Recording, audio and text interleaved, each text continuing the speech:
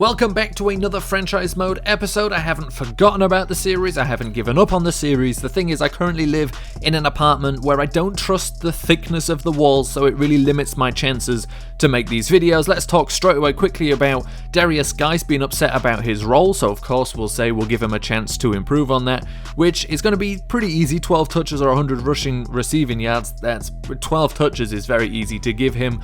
And then we've got to look at the X-Factor defensive end of the Saints and the running back, of course, Cameron Jordan and Alvin Kamara. Now back to why I haven't been bringing out videos as frequently was actually I think I've missed maybe 2 weeks now. The thing is, I've had huge success on this channel in the last month. I've had a video with over 1.5 million views, a bunch of other videos with hundreds of thousands of views, and what I think about is the fact that I've missed a week of this series. So for fans specifically of this series, don't worry about me, giving up on it. I still think about it, even when other things are going very well for me in other directions that have nothing to do with Madden. I still think about this series and my commitment to it, and trust me, there's some great things coming with this. I'll be able to bring out more episodes more frequently soon because I'll be back to my usual setup and I'll be able to commentate over this stuff whenever I want, at any volume I want, with all the enthusiasm I want. And as you can see here, what we're going to do now is look at middle linebackers in the scouting, because unfortunately Lavonte David's been regressing a little bit. Of course, he started as a 90 overall, he's down to an 87 right now, so he has been dropping a little bit. Of course, with age, it's a mechanic I'm not really a big fan of in this game mode, but it is what it is. So we're just having a quick little look here, but let's get into this game. It's in New Orleans against the Saints, a divisional game, and we've got to get out of the rhythm of losing big and then coming back and keeping it close. Of course, we're right now 1-2-1, and let's see if we can't turn it around here. We start with the kick return there from the rookie Nelson, and looking to pass straight away we go to Chris Godwin there with a reception, 2nd and 6, trying to run the ball now, and there's no success whatsoever there. So we're going back to the air, 3rd and 8, Smith looking for that screen, which does absolutely nothing, only loses us yards, and we give the ball to the Saints. And then Alvin Kamara, the guy we've got to keep an eye on, coming out strong straight away with a big run, 3rd and 4 now. And with Jacoby Brissett, the quarterback, they throw for a first down here. So it's Brissett at quarterback, who now is sacked by Lavonte David. So maybe he's heard something about this scouting that we've been doing. He wants to prove he's still the man as we run the ball with Darius Geis here getting a first down, looking for it on 3rd and 5 for the first down. And Mike Evans gets the first down there. So we keep moving the ball. 3rd and 11 though is a bit of a tricky spot, and Smith is looking to throw, forces it into a lot of black shirts there and only one white one around, and they managed to get the interception. Really just our own fault there. Should have played it conservative. We went play action faking conservative. We should have just been conservative. We knocked that ball loose, set up a 3rd and 6 for the Saints here, and Brissett completes that one to Michael Thomas for the first down inside the 20-yard line. So the Saints in the red zone now, looking for a touchdown on 2nd and goal, and that's exactly what they get there. So the score 7-0 now. We're down and we take a sack there. It was an all-out blitz that we just weren't able to recognize in time, and then we get our biggest play of the game in the form of defensive pass interference, and on 3rd and 5 looking there for Mike Evans, he's not able to do anything, unfortunately. So Alvin Kamara from the 1-yard line. You're thinking safety when they're on the 1-yard line. Instead, they get a big gain straight away. 3rd and 7 now, though, and they pick up another first down with Michael Thomas. So the Saints not really struggling to move the ball right now, but at least we get a nice stop there from Randy Gregory, setting up this 3rd and 10, and Lavonte David in the backfield again. Now, Lavonte David, we were talking about future-proofing, not replacing, so don't worry about it. He's definitely proven that he's still a factor on this team, as Darius Geis gets another nice run there, and Smith gets sacked by Cameron Jordan, the man we were told to watch before this game started. 3rd and 12, Smith going deep over the top to Chris Godwin with a very nice catch in traffic. 1st and 10 now after that one, back to Godwin again, stopped just short of the goal line at the 1, going on 2nd and goal, a quick slant to Mike Evans, he gets a touchdown in the end zone with 12 seconds left to spare in the first half, and so we'll go into the half at 7 apiece. The Saints come out and try this screen, doesn't really work out for them.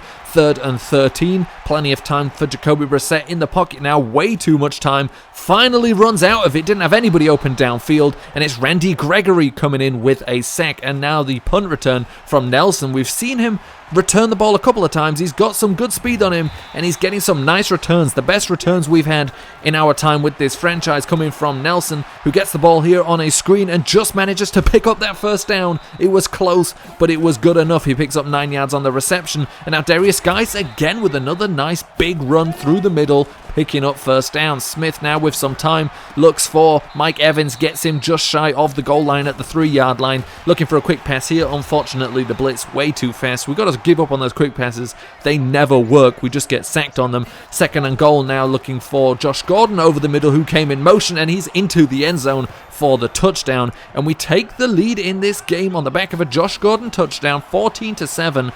And now the Saints have some making up to do, and it's not going to work on this play as Noah Spence comes in with a sack there on Brissett. 3rd and 12, and they manage to pick up the first down. When they need a first down, they seem to be looking in the direction of Michael Thomas, and it's working 9 out of 10 times. And now they tried something there, but it did not work out, and they lose a little bit of yardage. 3rd and 3, a quick pass, and it's just not enough for the first down. A good stop from Sean Murphy bunting there, and now Darius Geis doing what he's been doing all game long, gashing the defense for some big yardage up the middle. 3rd and 3, we give the ball back to him, and he picks up another first down. A first down machine right now, running between the tackles. We send him outside, and he still does a good job there, just shy of the first down on that one. 9-yard pickup.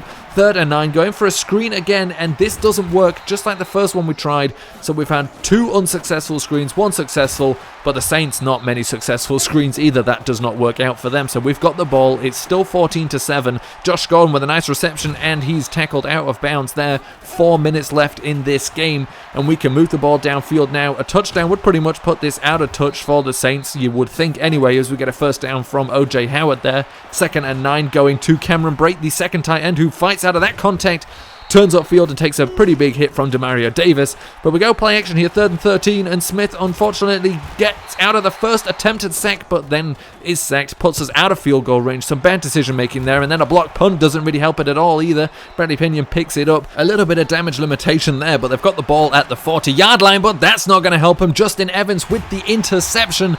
A great pick. Crucial time in the game with 1 minute 31 seconds left on the clock. An incredible interception there from a safety who's been improving. And then we lose connection. Now, I'm only pointing this out. Usually I wouldn't even bother bringing it up, but it also happens in the very next game. That's why I bring it up. And the game ends there with a win. No problems. We still got to have the interception, so no worries there. And a lot of upgrades there. And Lavonte David is one of them. Speak of the devil, and he will...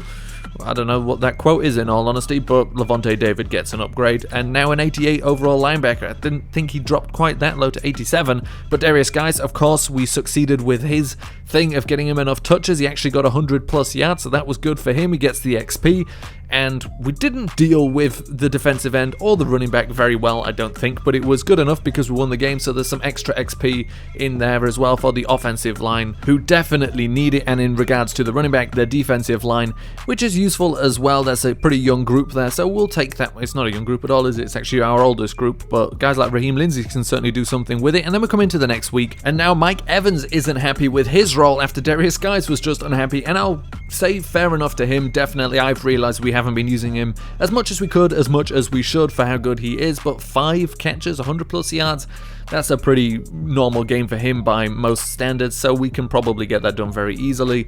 And now we've got to keep an eye out on Melvin Gordon. It's the only player they're bringing up for this Chargers game, but they're saying we have to try and stop him. We'll try and slow him down, of course. I don't think we're in a position to shut anybody down offensively or defensively, so we'll go with the slowdown because we're more likely to be able to achieve it. And now we're looking at some left tackles because, of course, we're getting some XP for that offensive line, but it's still not good enough for sure, so we're still looking here for support on this one, even though we weren't actually technically finished with the middle linebackers, but Lavonte David made us look somewhere else. And now all eyes shift onto this game in Los Angeles against the Chargers, as we'll be kicking the ball straight out of bounds at the back there. So they'll start from the 25-yard line, give the ball to number 25, Melvin Gordon, and get absolutely nothing from that run. But on 2nd and 10, Gordon looking for the outside. Evans could have stopped him, but he gets out of that contact, and instead of losing yards, picks up a big gain there. And now the Chargers are rolling. And I should point out, number 17, that is not Phillip Rivers, it is Ryan Tannehill, who has replaced him. And on 3rd and 2, they're looking to throw the ball quickly there on a screen. It does not work out. Vernon Hargraves stopping Keenan Allen there. And then they go for the field goal and don't get it. Nothing new for the Chargers, missing a field goal. And now we've got the ball in a pretty decent field position, but on 3rd and 3, we are sacked by Joey Bosa. So the Chargers with the ball back and going back to Melvin Gordon, who's finding a little bit of space there directly through the middle for the first down. And they go for a play action after a successful run, but it's Trent Murphy who does not bite on it and brings down Tannehill. 2nd and 18, now a completion to Williams for 11 yards, setting up this 3rd and 7. A chance to get him off the field, but there's no pressure whatsoever, and Keenan Allen is wide open over the middle. One-on-one with a linebacker is not going to work out very well for us. And on 3rd and 13, they're going for a screen here. For some reason, on a screen, he has all day to throw it. Does finally throw it when he's got ineligible receivers downfield, so we get the ball back anyway. We actually decline that penalty.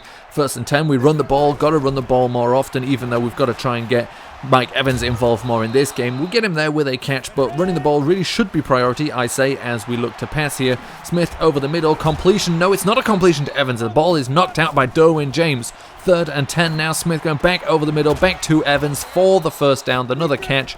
1st and 10, and all we're doing is throwing right now. It's like what I say we should do and what we actually did do are two completely different things. Hindsight is 2020 after all, but Smith there getting out of some trouble away from Joey Bosa, almost picking up a first down. Big gain on 2nd and 15. 3rd and 3, a completion to OJ Howard for the first down, and now we're moving and a chance to take the lead here because of course the Chargers missed that first field goal, but Joey Bosa coming in with his 2nd sack of the game, and we end up just settling for the 3 points, but it's 3 points that give us the lead as Melvin Gordon fights hard here for a first down on 2nd and 9. 1st and 10, a play action here. Tannehill, plenty of time in the pocket, looking for Keenan Allen, finds him for the first down at the 10-yard line, finally tackled. 1st and 10 now, and a completion to Benjamin. He's into the end zone for the touchdown, so that lead didn't last very long as Smith gets it out there to Mike Evans, under some pressure again though. 2nd and 5, Smith again under some pressure, and it's Joey Bosa, not signaled as a player we need to watch out for, maybe because the offensive coordinator knew we didn't have a chance. As we look for Mike Evans here, thrown a little bit too high up the field, unable to complete it after getting hit, so the Chargers back with the ball. 2nd and 10, and White was in a bad position because he thought the first player would make the tackle, and Gordon gets another big gain. Gordon really causing us a lot of problems here, but luckily it's all yardage at the moment as Nelson unable to pick up enough yardage for the first down there. 1st and 10, they're giving the ball to Gordon. It's now in the second half and it's only 4 points separating the two teams, and on 3rd and 2, Gordon causing us problems, but they decided to throw it there. He wasn't even on the field, so now we've got the ball, and Darius Geis has got a little bit of space here on the outside, picking up that first down. So now we go back to Geis. No, we don't. It's play action, fooled everybody, and nobody was open, so it was worth nothing. Another sack on Smith. 2nd and 16 here. Smith going over the middle to Mike Evans, who gets that first down, and he's getting the catches he wanted, but he's still not got 5, so a bit of a slow start here. On 3rd and short, we pick up the first down with Chris Godwin. 2nd and 8 now from the 37-yard line, and Smith looking for Josh Gordon, who gets away from the first man, makes the second man miss, gets away from 2 more into the end zone for a touchdown, and that touchdown, 37 yards, will give us the lead. 10-7 the score now, and they continue to pound us with Melvin Gordon. 2nd and 11 looking to throw, and it's Benjamin with the catch. He's been getting some good catches as well, but it's really been Melvin Gordon and Keenan Allen causing us problems, but now they're introducing Hunter Henry into the mix as well and causing us some big problems as they start to march down the field as the third quarter ends here, and Melvin Gordon fights out of one tackle and it's finally brought down by Devin White. 3rd and 8 for Tannehill here, looking to pass with some time, but he throws it straight into the hands of Lavonte David. Was this the perfect series of gains for him or not? We started by looking for future-proof replacements for him. We didn't think we'd have to replace him next season, but we knew in a couple of seasons he'd be gone, and he has proven us completely wrong as he just continues to play better and better, and hopefully continues that for the rest of the season and maybe slows down that degeneration. But now a big play, 4th and inches. They give the ball to Gordon, and it is of course Lavonte David who stops him. 2nd and inches here. We get the ball to Darius Geis, who gets a nice gain there to the 10-yard line. 2nd and goal. Smith again under pressure, again being brought down by Joey Bosa, who's had our number all game long. 3rd and goal, looking to throw it, but getting tackled by Melvin Ingram, who's also not had a bad game. The score now 20-7, still a little bit of space here, and now Mike Williams fighting out of 2 attempted tackles in a foot race, and Mike Williams gets into the end zone, closes down the gap in this game, and makes it very possible for a late game comeback for the Chargers. There's 2 minutes 41 left on the clock, and the game stops. As I said, it happened in both games. It's the only reason why I mentioned it. So 2 minutes 41 was left, now it's 3 minutes left on the clock, Can we get a first down here? 3rd and 6. No, we cannot. So now the Chargers have a chance. A touchdown gives them the lead as Tannehill looks to the corner here. That's broken up by Carlton Davis, the 3rd. 3rd and 2. Tannehill's looking to pass, but Lavonte David, who else in this game? Lavonte David with the sack. 4th and 9 now. A huge down for the Chargers going deep downfield. Eric Berry there to help break it up, and that will give us the ball and pretty much a chance to shut this game out just by running the clock out. But Darius Guice, maybe he's looking for the end zone, and that would definitely stop this game right here. And now, of course, the score of 28-14 as we do go for 2 here, and Mike Evans gets the 2-point conversion. So 28-14, 1 minute 10 left as the Chargers have it here, 3rd and 9. No chance to get back into this game. We've got 2 wins in a row, but the Chargers aren't done yet. They won't win this game, but they can get down the field. So it's a bit of a point of pride for the defense. Can they stop them? Answer right there is no, as Benjamin gets inside the 20-yard line. 15 seconds left in this game. A completion there. It's called incomplete at first. It gets reversed to a touchdown. So this onside kick ends up deciding this game. It's recovered by Peyton Barber, who gets up. Can he return it for a touchdown? No, not quite.